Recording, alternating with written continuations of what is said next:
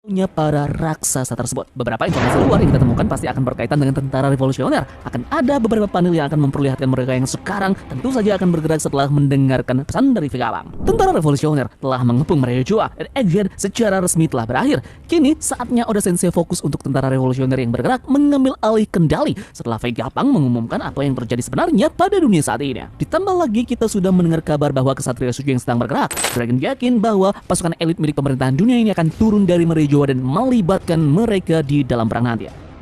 Bajak Laut Topi Jerami telah resmi meninggalkan Egghead. Mereka akan segera tiba di Elbaf. Perlu diingat bahwa perjalanan dari Egghead ke Elbaf tidaklah lama. Vega Bang menyebutkan bahwa perjalanannya sendiri cukup singkat dan di saat yang sama kita juga melihat bajak laut prajurit raksasa tiba di Egghead dalam waktu sehari. Ini artinya jarak antara Egghead dan juga Elbaf tidak terlalu jauh, mungkin sekitar dalam 1 atau 2 hari perjalanan saja. Yup, disinilah cuplikan dari sedikit bayangan dari negeri Elbaf bisa saja kita dapatkan di renggang waktu kru Bajak Laut Topi Jerami akan berlayar ke pulau tersebut.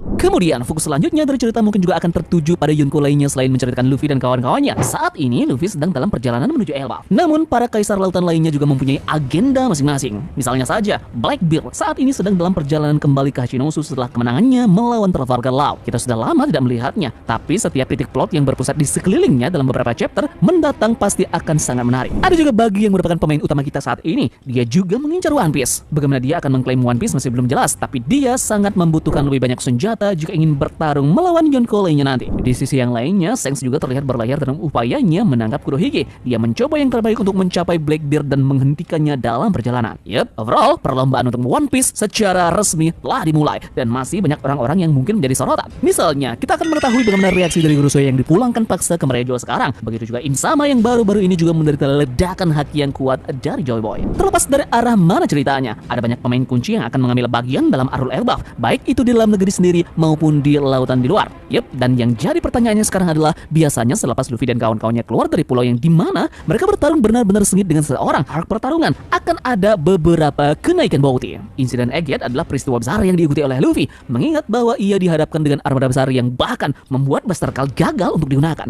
Luffy pasti akan mendapatkan lebih banyak image buruk setelah arc ini selesai. Kita katakan saja bahwa dalam insiden telur ini Luffy dan kawan-kawannya sudah menjadi pemenang dan berhasil kabur, dan juga pesan informasi tentang abad kekosongan sudah menyebar ke penjuru dunia. Keburukannya akan pasti meroket dan dia pasti pantas mendapatkan harga yang benar-benar tinggi. Mendapatkan bounty yang lebih tinggi untuk kaisar bukanlah sesuatu yang tidak pernah terdengar sebelumnya. Misalnya, ketika Kurohige menjadi salah satu Yonko, ia memiliki harga buronan sebesar 2.246 juta berry. Angka ini terus bertambah sejak saat itu. Dan ketika dia diperkenalkan setelah Wano, harga buronannya terungkap sebesar 3.996 juta berry yang menunjukkan peningkatan yang mengejutkan dalam waktu yang benar-benar singkat. Nilai buruan kepalanya di sini benar-benar sangat meroket dengan sangat cepat. Nah, jika Blackbeard ini dapat meningkatkan harga buronan secara signifikan bahkan tanpa melakukan sesuatu yang besar seperti pengambilan bagian dalam insiden Egghead, maka tentu saja Luffy layak mendapatkan harga buronan yang lebih tinggi setelah berpotensi mengalahkan seorang laksamana angkatan laut dan juga membaduti anggota 5 Gorosei. Untuk saat ini Luffy memiliki harga buronan sebesar 3 miliar berry dan tidak mengherankan bila harga buronannya meroket tinggi hingga mendekati angka 4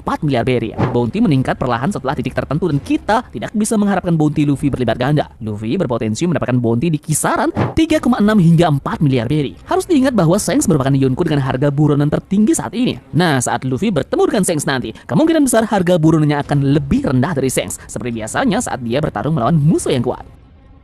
Tentu jika kita berbicara tentang nilai harga buronan, karakter yang akan mendapatkan peningkatan bounty sudah pasti sangat mencolok di arc Egghead. Bisa dikatakan dia adalah MPV di cerita Egghead. Nah, ada beberapa karakter lebih unggul dari karakter lainnya dalam hal ketinggian dan juga performa yang mereka berikan di arc Egghead ini. Luffy adalah salah satu MPV di dalam pulau Egghead. Dia menjadi karakter yang paling penting di hampir setiap alur cerita Egghead. Luffy tidak hanya terhubung dengan raksasa besi yang bertanggung jawab langsung atas kaburnya Bajak Laut Topi Jerami, tapi dia juga melakukan banyak hal di seluruh alur Egghead. Dialah yang menahan Kizaru, Saturnus, dan juga beberapa wakil laksamana. Bahkan ketika 5 Gorosei tiba di pulau itu, Luffy adalah orang yang melakukan sebagian besar pertarungan melawan mereka. Peran Luffy di Egghead mungkin tidak membuatnya terlibat dalam pertarungan besar yang membuatnya mengalahkan musuh, tapi dia terbukti menjadi pencegah angkatan laut, para tetua, dan banyak lagi, dan bahkan sampai melawan Chipper Ball.